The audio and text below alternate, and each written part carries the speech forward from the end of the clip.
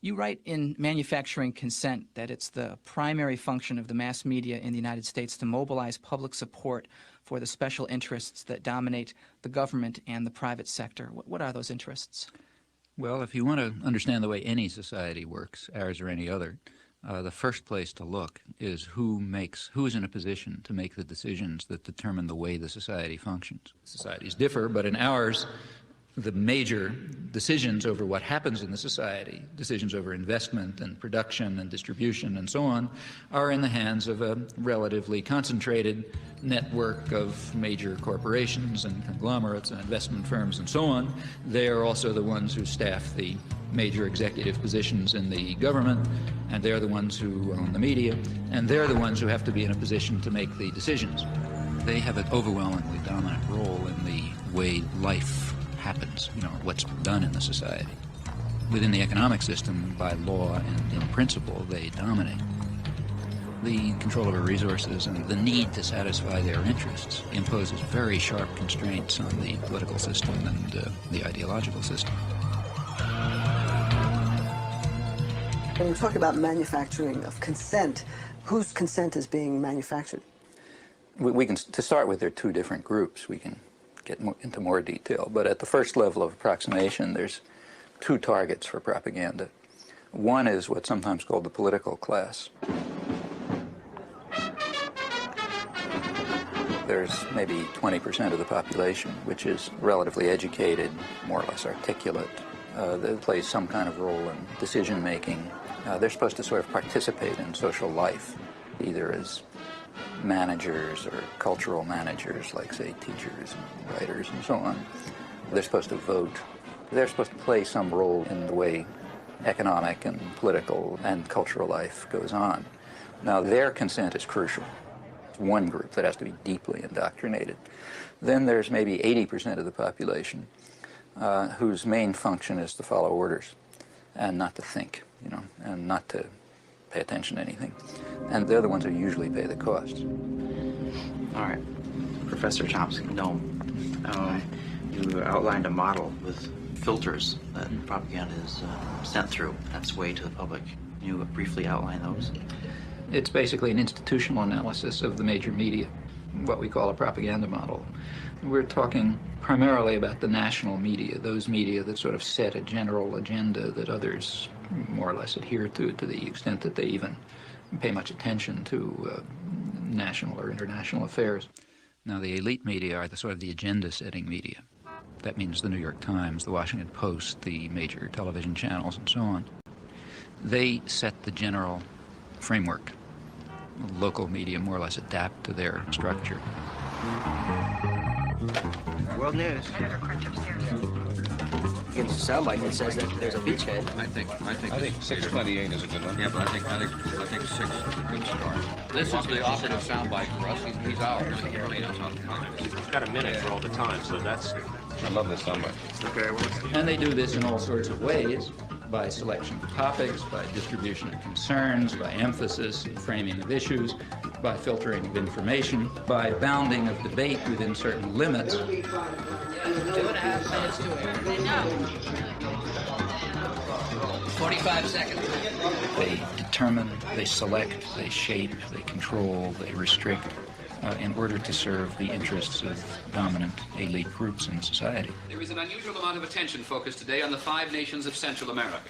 This is Democracy's Diary. Here for our instruction are triumphs and disasters, the pattern of life's changing fabric. Here is great journalism, a revelation of the past, a guide to the present, and a clue to the future.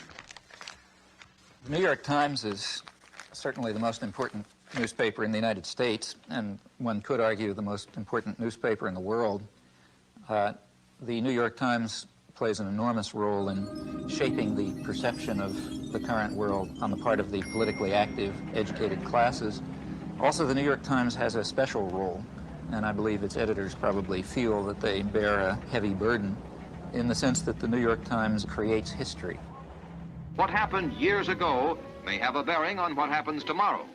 Millions of clippings are preserved in the Times library, all indexed for instant use, a priceless archive of events and the men who make them. That is, history is what appears in the New York Times archives, the place where people will go to find out what happened is the New York Times.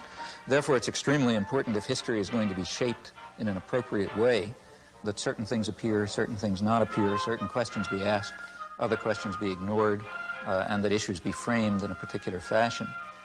Now, in whose interests is the history being so shaped? Well, I think that's not very difficult to answer.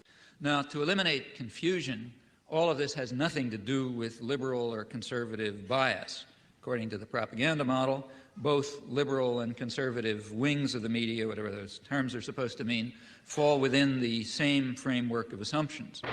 In fact, if the system functions well, it ought to have a liberal bias, or at least appear to, because if it appears to have a liberal bias, that will serve to bound thought even more effectively.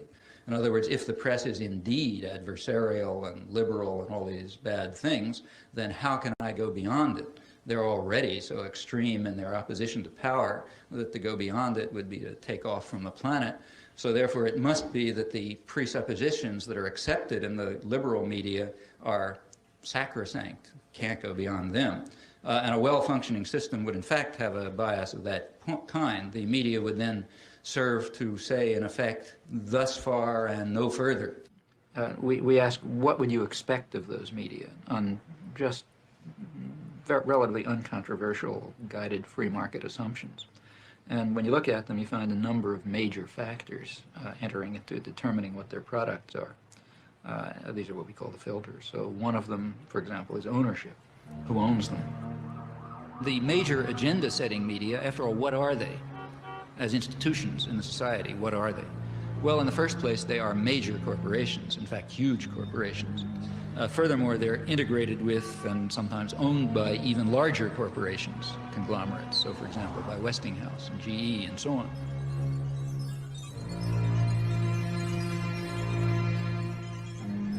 What I wanted to know was how specifically the elites control the media.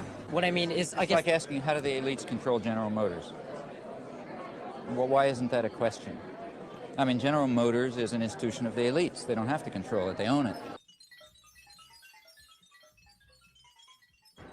So what we have in the first place is major corporations which are parts of even bigger conglomerates. Now, like any other corporation, they have a product which they sell to a market. The market is advertisers, that is, other businesses. What keeps the media functioning is not the audience.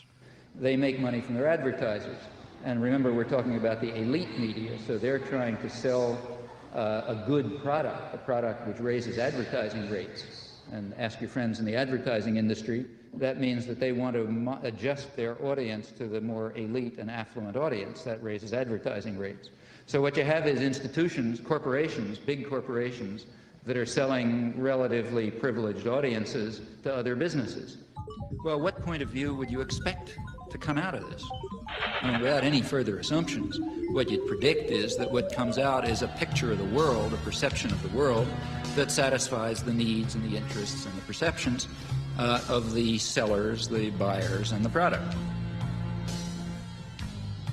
Now, there are many other factors that press in the same direction. If people try to enter the system who don't have that point of view, they're likely to be excluded somewhere along the way. After all, no institution is going to happily design a mechanism to self-destruct. It's not the way institutions function. So they all work to exclude or marginalize or eliminate dissenting voices or alternative perspectives and so on because they're dysfunctional. They're dysfunctional to the